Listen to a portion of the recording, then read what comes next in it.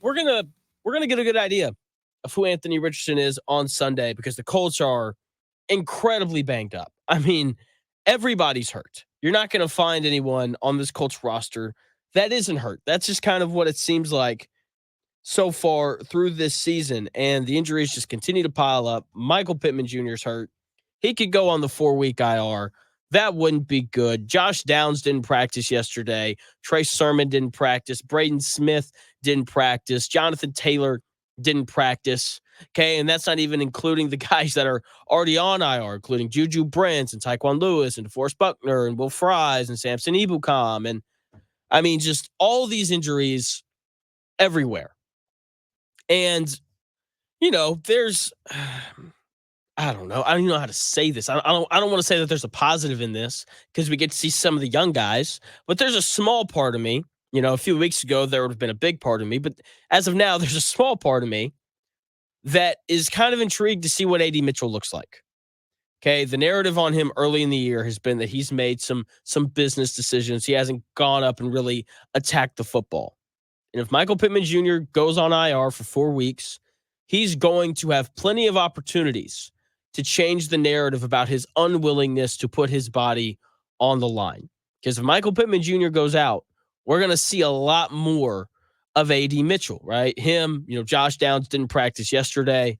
If he's out Sunday, we're definitely going to see a lot of AD Mitchell, but he's going to have an opportunity to kind of change the narrative, right? He'll become a pretty featured part of the offense quickly, which could be exciting. He's clearly athletic. He's clearly very fast. He's clearly explosive, but he's got to be tougher and more competitive.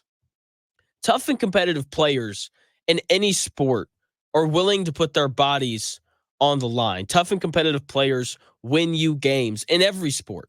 And AD Mitchell hasn't shown, that he's willing to do that, but he's going to have those opportunities in the coming weeks if Michael Pittman Jr. winds up not playing. Okay, if you want good injury news, Kwity Paye and Kenny Moore, they were limited participants yesterday after being out last week. Anthony Richardson was once again a limited participant yesterday. And center Ryan Kelly was a full participant, which is a big deal if, Braden Smith isn't going to play and Will Fries already being on IR after hurting his tibia, which is nuts. And I've talked a pretty fair amount about how injuries aren't an excuse. But at the same time, it's like, at what point do they become an excuse? Like if the Colts go on the road on Sunday and, they don't have Josh Downs and they don't have Michael Pittman Jr. and they don't have Jonathan Taylor on this offense. Like at what point do we say, okay, yeah, injuries are playing a pretty significant role in why the Colts are losing games. Right now, there's like this interesting bridge to kind of, or gap to kind of bridge here between, what Gus Bradley said yesterday. They handpicked these guys to be on the 53-man roster, so we should expect for them to play well. But at the same time, it's like these guys are backups for a reason. And when you don't have your three, most important weapons on offense, like how much can you expect from the offense? So I'm very interested to see what this Colts offense looks like Sunday. I'm ready to see the injury report for today. Like, do any of these guys come back? Does Josh Downs practice today? Is Anthony Richardson finally a full participant? Like, what's going to happen? And how does this impact our perception of Anthony Richardson? Like, if Anthony Richardson goes out against the Titans on Sunday, who by all accounts have a good defense, okay, if Richardson goes out there and beats them or just plays well without his three best offensive weapons, like that has to mean something, right? Right? Like that has to mean something. Like this Tennessee Titans defense is good. They're only giving up 22.5 points a game. They're first in the NFL and only allowing 124 passing yards a game, which is absurdly good. They're 10th in the NFL in yards per carry allowed. Okay, like they stop the run, they stop the pass. This is a good Tennessee Titans defense that Anthony Richardson might have to play against without his three best offensive players.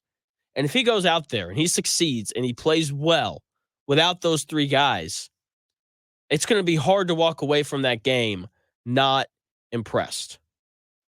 Simple as that. And he's going to have a chance to win this game, whether he plays well or not, and that's because he's playing against Will Levis.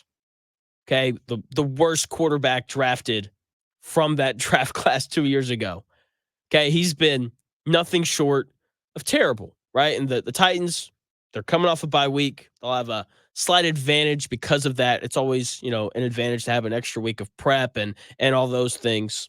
An extra week to get healthy. Will Levis got hurt on Monday Night Football. I'm assuming he's going to be ready to go for Sunday, right? And plus, all the injuries that the Colts have will help them out as well. But I have no faith in Will Levis whatsoever. Like, he's going to turn the ball over. Like, that's just what he does. Like, if you do something enough, then that's eventually just what you become known for. And it's something that becomes expected of you.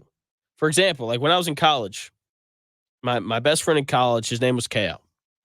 And he was known as, like the wingman, because you knew that if you were with KO, didn't matter where you were, out in public, at a party, hanging out at the dorm, just walking around campus, at the cafeteria, wherever you were, you knew that if you were with KO, he was going to figure out a way. And sometimes it wasn't even on purpose. He was going to figure out a way to put you into a conversation with some sort of attractive woman. He was a great friend to have because of this, right? And it didn't matter if you wanted to talk to women that day or not. Like, it was just going to happen because that's who KO was, and that's just what he did. And when you look at Will Levis, he's the guy who turns the football over. Like, that's just who he is. Will Levis has played 13 games in his career. He's only played in 2 games where he didn't turn the ball over. So in 11 out of the 13 games that he's played in, he's turned the ball over at least once. He's got multiple games where he's turned it over more than once. Okay, and I'm willing to bet that this trend continues and he turns the ball over at least once against the Colts, or at least he gives the Colts opportunities to create turnovers, because that's just who he is. He might even turn it over twice. That wouldn't be surprising. So the Colts are going to have a chance to win this game, because I think Will Levis is going to keep the Colts in it because he's not very good and he's going to turn the football over. And honestly, if there's any week where the Colts don't need to be healthy, I would say it's this week against the Titans, the following week against the Dolphins, and week 13 against the Patriots, and of course, week 16 when the Colts host the Titans here in Indy. Those feel like the 4 games where the Colts can win if they aren't at 100%, because the quarterbacks they're playing against simply aren't very good. Like, Anthony Richardson doesn't need to be great this weekend, no matter who's available. Okay, like, he just needs to be solid. Hit on a couple big plays to Alec Pierce, who's still healthy and has done a great job this year, has really emerged as this deep downfield threat. Like, hit a couple of those, pick up a couple first downs with your legs, slide after you do so, and then the Colts should be fine, because this Tennessee Titans offense is really bad. Okay, now hopefully, the Colts can be healthy-ish before the game. Obviously, you don't want to play games without your best players, but I don't think the Colts need their best players to beat this bad Tennessee Titans team. But that being said, Vegas disagrees with me, which is not comforting. The Colts opened as 1.5-point favorites, and with all the injuries that have piled up, Michael Pittman Jr., Josh Downs not practicing, Jonathan Taylor isn't back in practice yet. With all these injuries that have piled up, the Colts are now 2.5-point underdogs.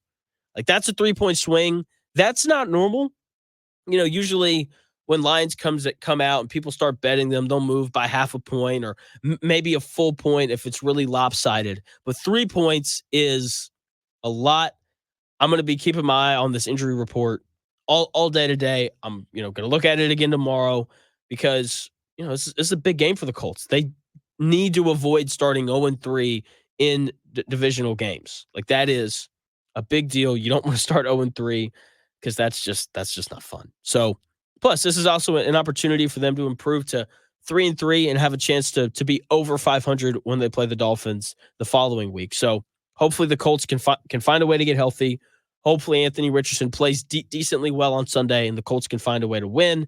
But more importantly, like, this Colts team, they really need to get healthy, because there's injuries everywhere. And that is, that only makes things harder in a league that it's really hard to win in.